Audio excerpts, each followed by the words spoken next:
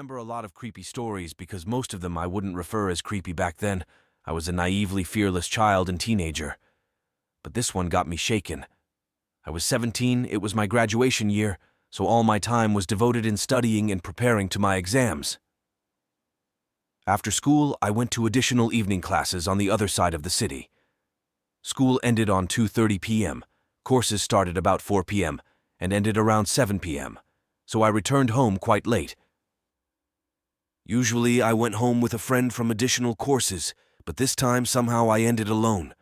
I'm a daydreaming type of person, and I usually don't really pay attention to surroundings, so it was no shock when I bumped in a man while going on the sidewalk.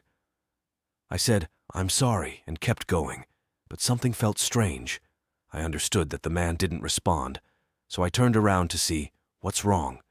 Well, I expected some kind of response like, "It's okay," or even, "These darn brats these days," you know? So I turned around and saw that he stayed still there where I bumped into him.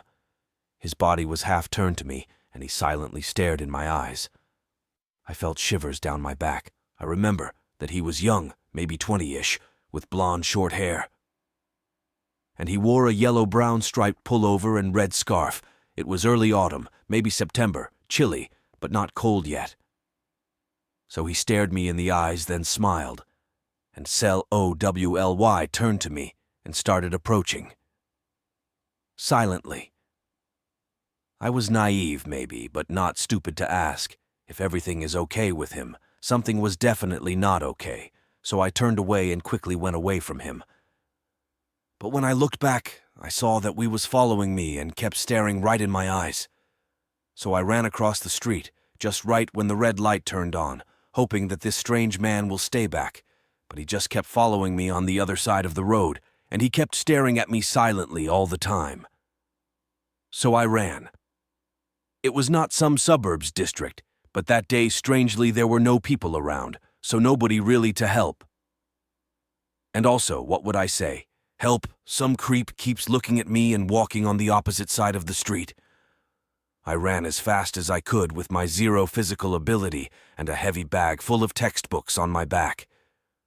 Next traffic light was already near, so I understood that the creep would probably cross the road to my side soon, but Subway was near too. I don't think I have ever ran so fast in my life.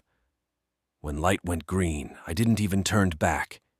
Because I felt that gaze on me, I just ran to the subway and jumped in the first available train. He didn't follow me to the subway, and I have never seen him again. Never told the police too, 'cause he didn't actually do anything. Hell, he didn't even talk to me. I've never heard his voice.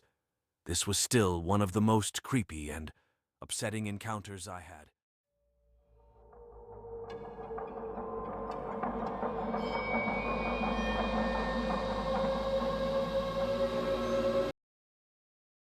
I'm a female age 36, and I wish this wasn't real.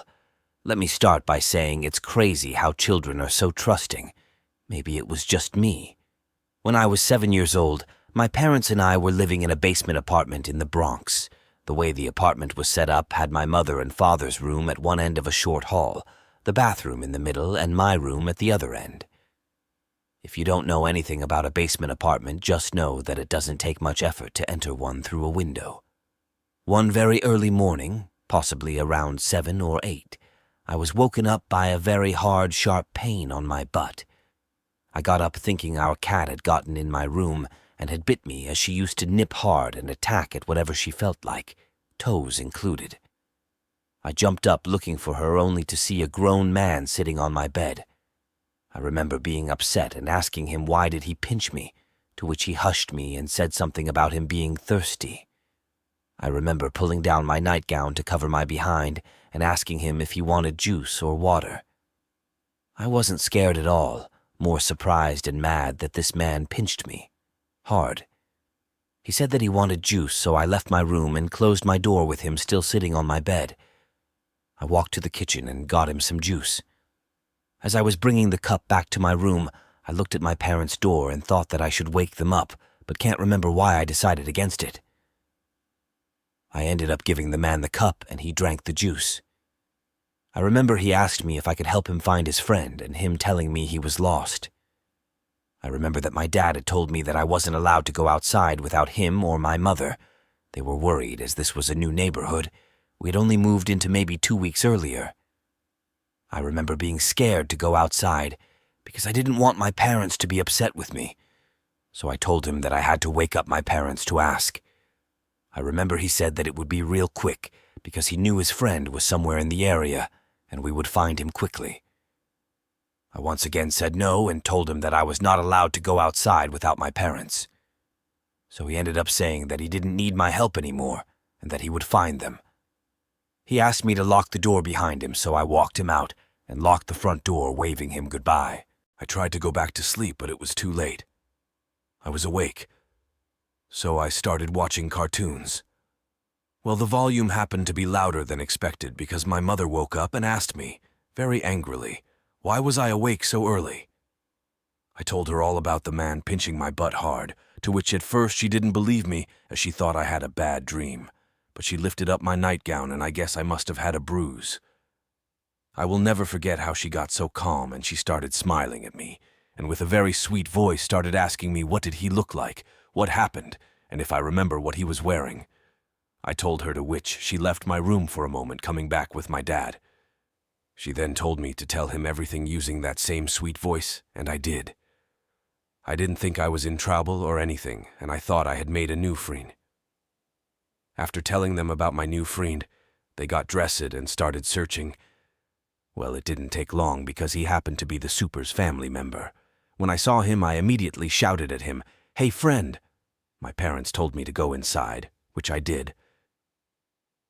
Maybe an hour or so later, my parents came back with McDonald's for me, but they seemed angry. Before the end of that day, my father put a padlock on my door and told me that whenever I go to sleep to always lock my door as our kitchen windows didn't lock. That's how he got in.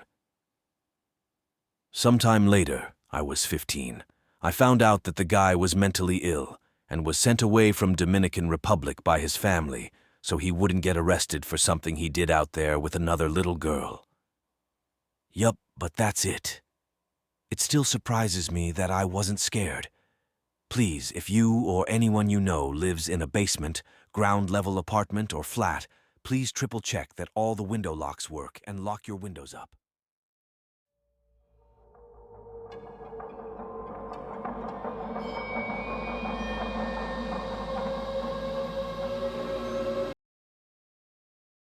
This literally just happened to me an hour ago as I'm driving back home from work.